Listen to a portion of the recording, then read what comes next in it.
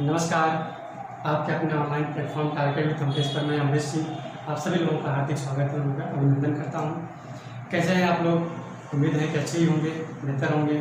पढ़ाई लिखाई का कार्य चल ही रहा होगा, पठन पाठन का कार्य अपनी प्रगति पर होगा। ऐसे ही पढ़ते रहिए, मन लगा के पढ़ते रहिए, सफलता एक न एक दिन आपको जरूर मिलेगी। ये मैं नहीं कह रहा हूँ, ये आपकी सफलता कहेगी। एक न एक दिन आपकी सफलता जरूर कहेगी कि नहीं, मैं आपके पास आना चाहती हूँ और वो आपको अपना है। ये विश्वास रखिए। विश्वास के साथ पढ़ाई करेंगे तो कुछ न कुछ मिलता ही रहता है। जब भी हमारी सोच सकारात्मक रहती है, किसी भी क्षेत्र में अगर हमारी सोच सकारात्मक रहती है तो उसमें हम बहुत ही अच्छा कर ले जाते हैं, बहुत ही अच्छी चीज़ों को हम समझ पाते हैं और अपना प्रदर्शन भी बहुत अच्छा से कर ले जाते हैं। पढ़ाई लिखाई की अगर बात करें तो पढ़ाई लिखाई में अगर आप सकारात्मक रूप से अगर पढ़ते लिखते रहते हैं ना, तो सारी चीज़ें आपको याद होती रहती हैं और सब चीज़ों में आप बेहतरीन प्रदर्शन कर पाते हैं। तो इसलिए सकारात्मक रहिए, निगेटिविटी से एकदम दूर रहिए, नकारात्मकता से एकदम जितना दूरी हो सके उतना दूरी बनाइए।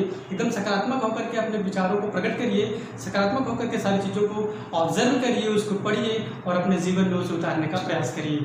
क्योंकि पढ़ाई लिखाई का मेन सिर्फ उद्देश्य नौकरी पाना ही नहीं होता है। मैं तो कई बार बता चुका हूँ, यह बहुत ही बड़ी जिम्मेदारी भी होती है आपके लिए पढ़ा लिखा होना, और जो पढ़ाता है उसकी भी बहुत जिम्मेदारी होती है कि सामने वाले को किस तरीके से पढ़ा रहा है। पढ़ाते सभी लोग अच्छा हैं, बस फ़र्क इतना हो जाता है किसी किसी की बातें हमें समझ में आती है, किसी किसी की बातें हमें समझ में नहीं आ जाती हैं। तो वहाँ पे टीचर कोई भी खराब नहीं होता, सारे टीचर अच्छे होते हैं। बस अपनी अपनी समझ के ऊपर ये डिपेंड करता है कि किसकी कैसी समझ है और कौन किसको कितना समझ पा रहा है। तो आइए हम लोग आज मैं जो लेकर के आया हूँ, एक छोटा सा वीडियो लेकर के आया हूँ जहाँ पे हम लोगों के एग्ज़ाम में बहुत से करड़ी के प्रश्न जो होते हैं, रूट के जो प्रश्न होते हैं, बहुत ही हम लोगों को परेशान करते हैं। उनको देख करके दो बातें होती हैं। पहली बात है कि उस प्रश्न को देखने के बाद हम उसे छोड़ देते हैं, या दूसरी बातें हो जाती है कि उस प्रश्न को देखने के बाद हम उसको लगाने का प्रयास करते हैं। जब लगाने का प्रयास करते हैं, जो छोड़ देते हैं, एक तरीके से हम कहेंगे कि वो समझदार ही व्यक्ति होंगे। क्यों समझदार होंगे? क्योंकि अपना समय बचा लेते हैं। ऐसे प्रश्नों में उलझने से अच्छा है कि उसे छोड़ दिया जाए, टाइम टेकिंग हो जाता है। जिस प्रश्न का उत्तर आप सिर्फ 10 सेकंड में, 2 सेकंड में, 30 सेकंड में ला सकते हैं, अगर उस प्रश्न को अगर आप 1 मिनट, 2 मिनट, 4 मिनट अगर आप देने लगे हैं तो फिर ये मूर्खता ही कहलाएगी, समझदारी बिल्कुल नहीं है आपकी। क्योंकि रीजनिंग के जो आपके 50 क्वेश्चन अगर एग्जाम में आ रहे हैं और रीजनिंग के 50 क्वेश्चन अगर आप 20 मिनट में अगर नहीं सॉल्व कर पा रहे हैं तो आप ये समझिए कि आपको रीजनिंग नहीं आती है। जो भी बुद्धिजीवी लोग हैं, जो थोड़े से तार्किक हैं, उनको रीजनिंग बहुत अच्छे से आती है। लेकिन जो लोग 50 क्वेश्चनों को 20 मिनट में अगर कर ले जा रहे हैं तो उन्हें को ही माना जाएगा कि उन्हें रीजनिंग आ रही है। अदरवाइज वो समझ लें कि उन्हें रीजनिंग नहीं आ रही है, उसको प्रैक्टिस की बहुत ज़रूरत है, वो बहुत ज़्यादा प्रैक्टिस करें। तो खैर ये सारी बड़ी बातें हैं, आप हम लोग बात करते हैं। तो हम बात कर रहे थे कड़ी के लेकर के कि कड़ी के ऐसे प्रश्न आते हैं जो हमें बहुत ही परेशान करते हैं, उनको देख करके बहुत सी कन्फ्यूज़न हमारे मन में आ जाते हैं। तो उन्हीं सब चीज़ों को हम लोग यहाँ पर दूर करेंगे। तो टाइप वाइज में इन सारी चीज़ों को लेकर के आया हूँ। तो जैसा कि पहला हमारा प्रश्न होगा वो टाइप 1 के अंतर्गत देखेंगे हम लोग। टाइप 1 के अंतर्गत जो हमारे प्रश्न होंगे, जैसे कि अगर रूट में अगर कोई चीजें लिखी गई हैं, जैसे 2 √2 plus √2 plus √2 plus √2 dot dot dot till then infinite, और इसका हमसे पूछता है कि इसका क्या उत्तर होगा, इसका क्या जवाब होगा, इसका क्या आंसर होगा। तो इस प्रकार के प्रश्न देखते हैं तो पहली बात हमारे जहन में यही आता है कि इस प्रकार के जो प्रश्न है इसको कैसे किया जाए। या तो उसे छोड़ दिया जाए, जिसको नहीं आ रहा है वो छोड़ दे रहा है तो अच्छा ही कर रहा है, क्योंकि छोड़ देने से वो समय बचा ले रहा है और समय जो बचा है उसको अगले वाले क्वेश्चन पे या अगले वाले किसी टॉपिक पे, चैप्टर पे दे करके अपने समय की पूर्ति कर ले रहा है और अच्छा प्रदर्शन भी वहाँ पे कर रहा है। लेकिन हमें यही हमारा प्लस पॉइंट होता है, जो जानता है यहीं से हमारे नंबर, क्योंकि एग्जाम में जो होता है ना हमारे लिए एक एक नंबर जो होता है बहुत ही महत्वपूर्ण होता है। सिर्फ एक नंबर ही नहीं बल्कि 0.25 नंबर भी हमारे लिए बहुत ही महत्वपूर्ण हो जाते हैं। किसी किसी का सिलेक्शन भी 0.25 से भी रुक जाता है।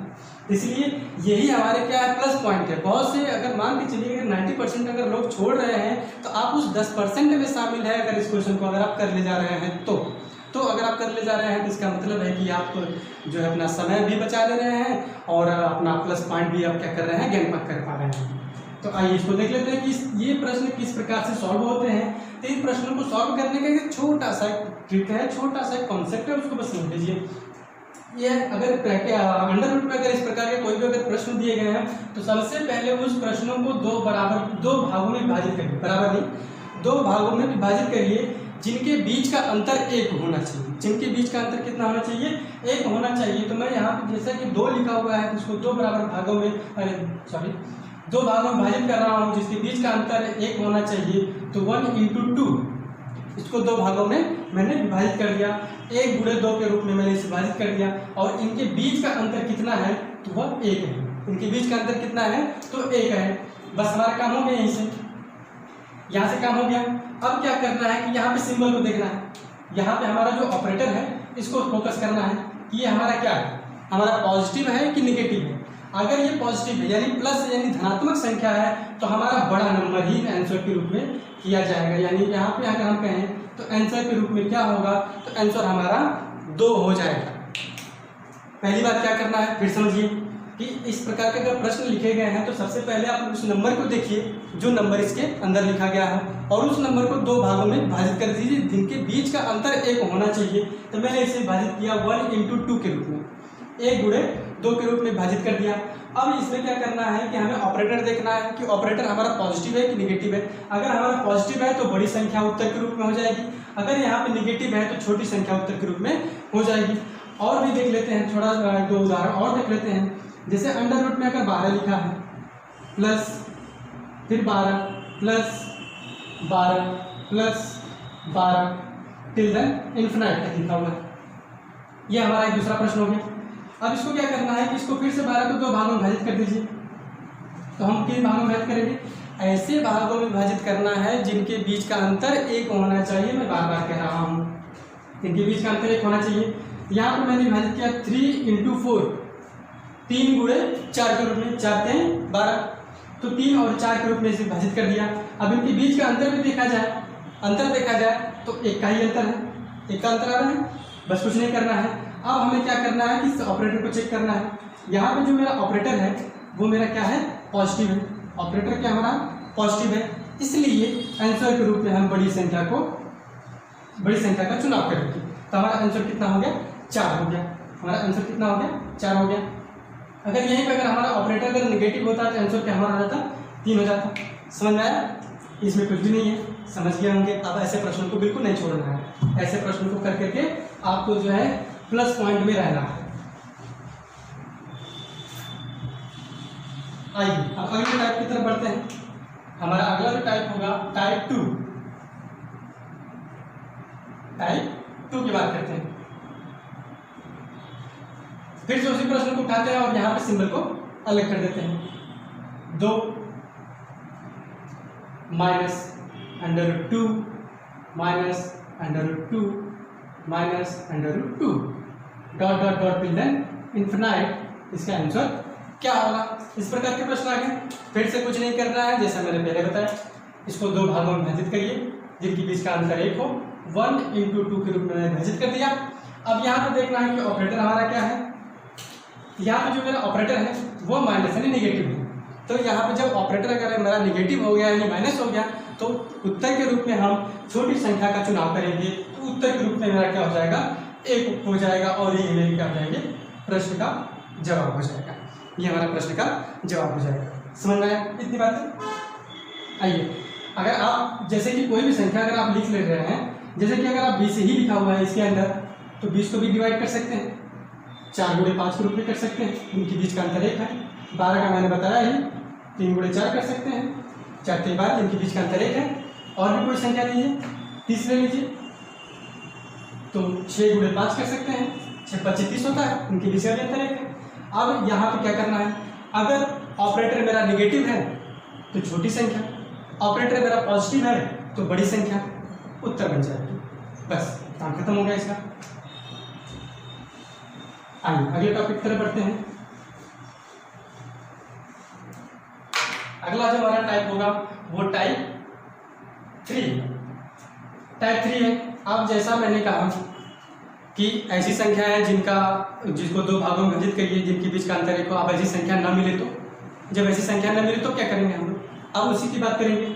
जैसे मैंने कहा कि 7 √7 plus √7 plus √7 plus √7 dot dot dot till then infinite. अब इसका हमें बताना है क्या जवाब होगा। अब यहाँ पे देख पा रहे हैं कि यहाँ पे 7 लिखा हुआ है, जो कि दो ऐसे भागों में विभाजित नहीं होगा जिनके बीच का अंतर 1 हो। क्योंकि अगर आप इसे विभाजित भी करेंगे तो कहेंगे कि 1 इंटू 7 अगर कर रहे हैं तो हमें ये बताइए कि क्या इनके बीच का अंतर 1 है? इनके बीच का अंतर 6 है। तो इसलिए हमारा एक कॉन्सेप्ट यहाँ पे खत्म हो गया, खलास हो गया। इसको हटाइए। इसके लिए एक छोटा सा फॉर्मूला होता है। इसके लिए एक छोटा सा क्या फॉर्मूला है? 4a plus 1 plus minus 1 upon 2।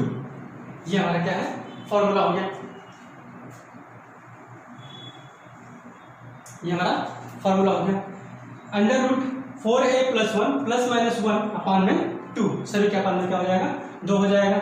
अब यहाँ पे प्लस लगाना है कि माइनस लगाना है, कंफ्यूजन थी होगी। यहाँ पे प्लस रहेगा कि माइनस रहेगा, तो कुछ नहीं करना है, पहली संख्या को चेक करिए कि पहली संख्या के बाद जो ऑपरेटर है वो क्या है, वो पॉजिटिव है कि निगेटिव है।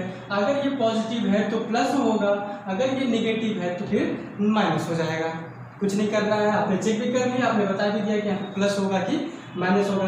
बस सारी चीज़ों को इस पर रख लीजिए। ए का मतलब होता है जो भी संख्या यहाँ पे दी गई है, यहाँ पे ए बराबर कितना हो जाएगा? 7 हो जाएगा। ए का मान कितना है? 7 हो जाएगा। अब इन सभी चीज़ों का हम रख लेते हैं फॉर्मूले पे। इन चीज़ों को फॉर्मूले पे रखते हैं तो हम कहेंगे 4 इंटू 7 प्लस 1 प्लस, अब यहाँ पे क्या है आपका? प्लस है, तो यहाँ से यहाँ प्लस लगा देंगे तो प्लस 1, इसको अंडर रूट कर लेंगे, अपॉन में 2 कर देंगे। जब इसको हम कैलकुलेट करेंगे तो 7 चौक 28 और प्लस 1 29, 29 प्लस 1 अपॉन में 2। ये हमारा क्या हो जाएगा? उत्तर हो जाएगा। ये हमारा क्या है?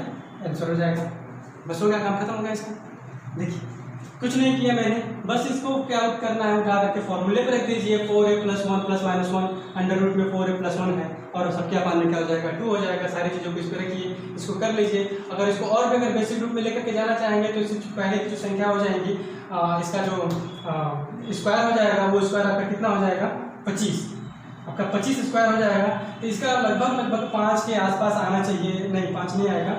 अगर यहाँ पे 5 हो जाएगा तो 5 1 6 3 2 4 दशमलव समथिंग होना चाहिए इसका कुछ उत्तर जो होगा, तो उसको कैलकुलेट कर लीजिएगा अपने लेवल पे। ठीक है, हम लोग आगे बढ़ते हैं क्योंकि अब इसको समझाने लगेंगे तो वीडियो बहुत बड़ा हो जाएगा, हमें और बातें इसमें करनी है। ठीक है, तो इसी में हम लोग देख लेते हैं एक और चीज़ों को जो हमारा कहलाएगा type 4।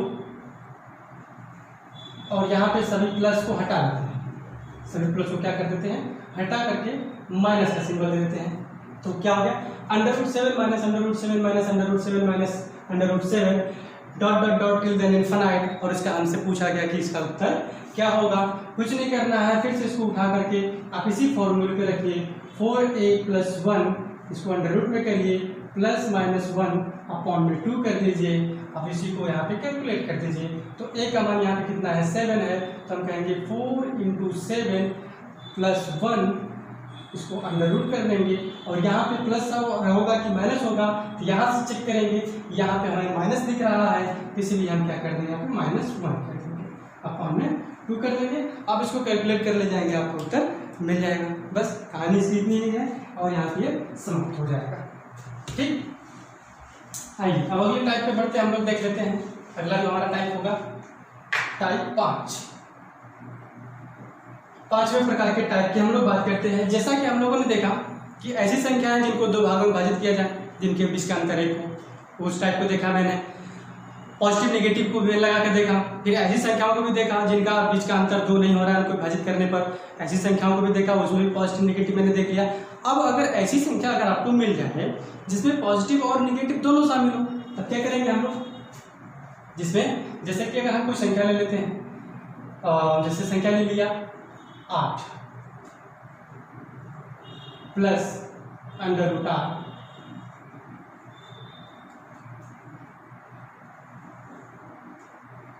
8 minus under root 8 plus under root 8 minus under root 8 dot dot dot till the infinite. और इसका आंसर उत्तर पूछा गया कि इसका उत्तर क्या होगा। तो आप यहाँ पे देख पा रहे हैं कि यहाँ पे प्लस और माइनस दोनों शामिल है। ये 5वें टाइप का प्रश्न आ रहा है। इसमें भी कुछ नहीं करना है, बस आपको फार्मूला लगा देना है। इसमें फार्मूला जब लगा देंगे तो भी हमारे क्वेश्चन आंसर आ जाएंगे। इसमें जो हमारा फार्मूला हो जाएगा वो हो जाएगा हमारा 4a minus 3 plus minus 1 upon में 2, इसको अंडर रूट कर दीजिए। बस ये हमारा अगला फार्मूला है। ये हमारा क्या है, अगला फार्मूला है। Okay, 4a minus 3 plus minus 1 upon में 2 हो गया।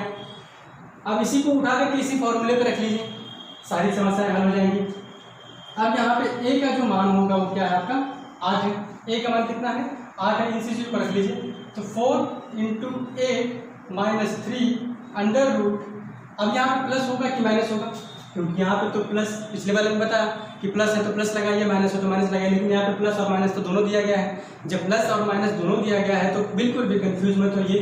पहले ऑपरेटर को चेक करिए, पहले ऑपरेटर को चेक करिए कि पहला ऑपरेटर क्या है, वो निगेटिव है कि पॉजिटिव है। अगर पहला ऑपरेटर पॉजिटिव है तो प्लस होगा, पहला ऑपरेटर अगर निगेटिव है तो यहाँ पे माइनस हो जाएगा। तो जैसा कि देख रहे हैं यहाँ पे हमारा पॉजिटिव है तो प्लस 1 अपॉन में 2 कर देंगे।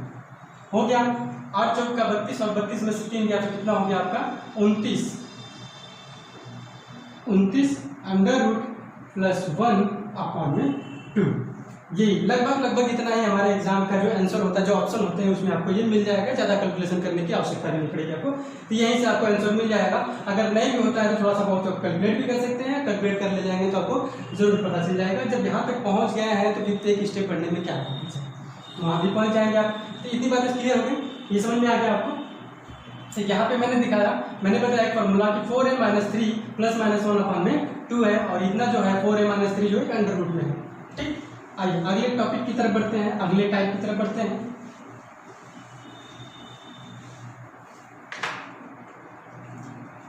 अगला हमारा जो टाइप होगा वो टाइप 6 है।